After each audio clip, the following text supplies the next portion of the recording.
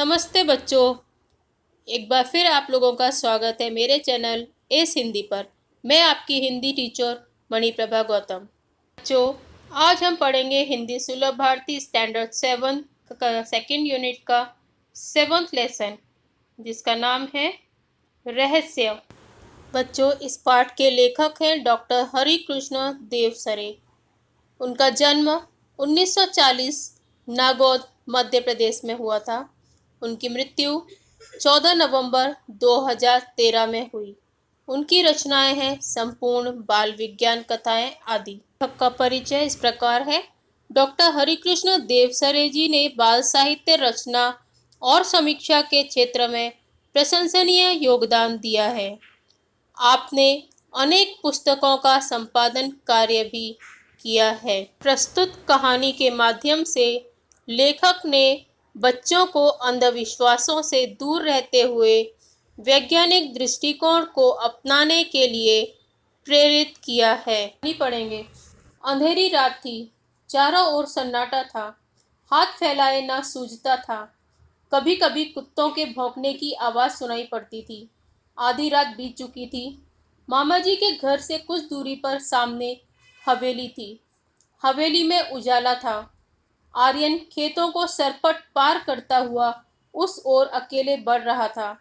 उस हवेली में आधी रात के बाद कल भी ऐसा ही उजाला देखा था। मामा जी ने पहले ही आर्यन से कह दिया था, उधर हवेली की ओर जाने की जरूरत नहीं है, वह हवेली भूतों का डेरा है। आर्यन मन ही मन मुस्काने लगा। वह जानता था कि भूत भूत कुछ नहीं होते, यह कपोल कल्पना है। कक्षा में विज्ञान के शिक्षक ने वैज्ञानिक दृष्टिकोण अच्छी तरह समझाया था। रहस्य का पता लगाने के लिए उसने मन में ठान लिया। मामा जी ने कहा था, इस हवेली में पिछले 10-15 सालों से कोई नहीं रहता। पहले उसमें एक जमींदार का परिवार रहता था। अब जमींदार का परिवार खत्म हो गया है। उस तरफ कोई आता जाता नहीं। एक बार घीसू उधर गया था, बेचारे का बुरा हाल हुआ था। 3 महीने तक खाट पकड़े रहा।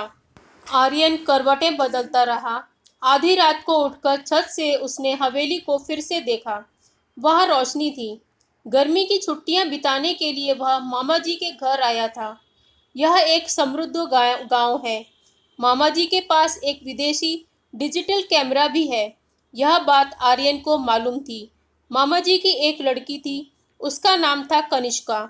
आर्यन ने कनिष्का से कुछ सलाह मशविरा किया। सलाह मशविरा यानी कि परामर्श। दोनों बहादुर थे, हिम्मत वाले थे। अगला कदम उठाने के लिए उन्होंने कमर कस ली। अगली सुबह उसने मामा जी से कैमरा मांग लिया। मामी जी को साथ बैठाकर मामा जी का फोटो लिया। फिर मामा मामी और कनिष्का के भी फोटो खींचे। कनिष्का ने मामा मामी के साथ आर्यन के भी फोटो खींचे। मामा मामी जी बहुत खुश थे।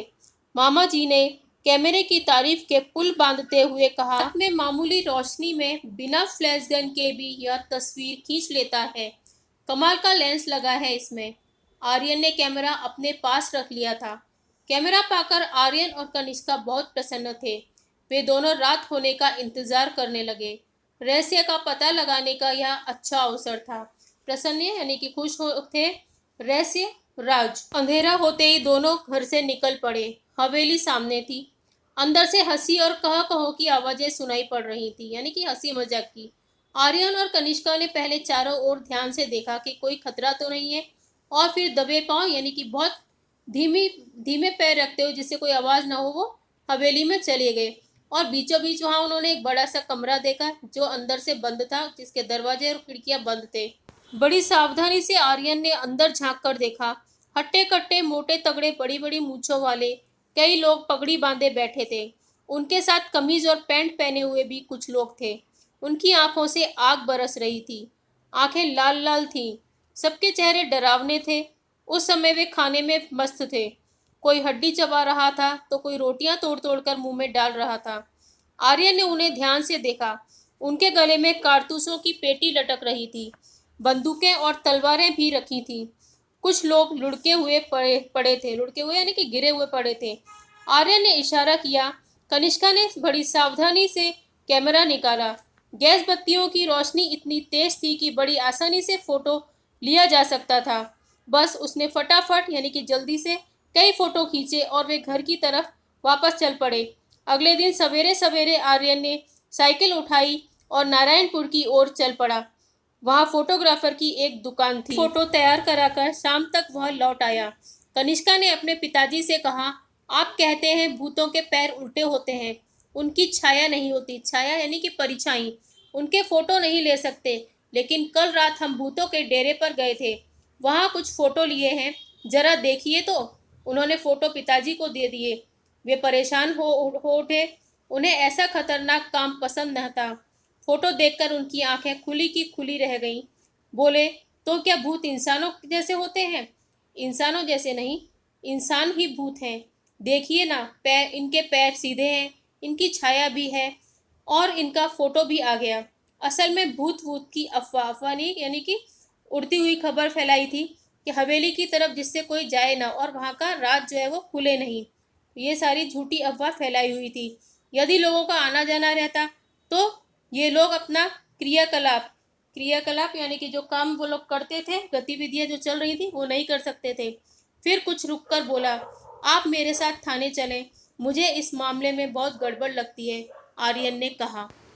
थानेदार ने फोटो देखते ही कहा, इन डाकुओं के गिरोह ने कई वर्षों से बहुत ही उत्पात मचा रखा है। उत्पात यानी कि दहशत फैलाई हुई है, उपद्रव मचाया हुआ है और राहजनी का इनका पेशा है। राहजनी रास्ते जाते लोगों को लूटपाट करना। कई वर्षों से इनकी तलाश यानी कि खोज पुलिस को थी और पुलिस खून पसीना इनके पीछे एक कर रही थी, इनको ढूंढने के लिए। शाबाश, तुम दोनों ने बहुत ही बहादुरी का काम किया। बहादुरी यानी कि वीरता का। कहाँ है ये? आप तैयारी कीजिए, ठिकाना मैं बताता हूँ, आर्यन ने कहा। उस रात भूतों के डेरे पर पुलिस ने छापा मारा। दोनों ओर से गोलियां चली। सवेरा होते होते डाकुओं ने हथियार डाल दिए। उनके कुछ साथी मारे गए और कुछ पकड़े गए। गांव वालों ने हवेली में बसे भूतों को देखा तो चकित रह गए।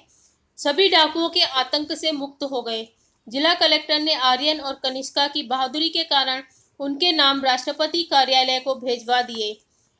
आगे आने वाले गणतंत्र दिवस पर महामहिम राष्ट्रपति के हाथों उनको वीरता पुरस्कार से सम्मानित किया जाने वाला है। वाटिका, सन्नाटा, नीरव शांति, सलाह मशविरा परामर्श, बीचों बीच मध्य भाग में उत्पात, उपद्रव, डकैती, लूटपाट, राहजनी, रास्ते में लूटपाट, आतंक, दहशत या भय। अब इस पाठ में आए मुहावरे और उनके अर्थ। खाट पकड़ना, बीमार होना, करवटें बदलना, बेचैन होना, कमर कसना, दृढ़ संकल्प करना, तारीफ के पुल बांधना, प्रशंसा करना, आंखें खुली की खुली रहना, चकित रह जाना, खून पसीना एक करना, बड़ी मेहनत करना, हथियार डालना, आत्मसमर्पण करना।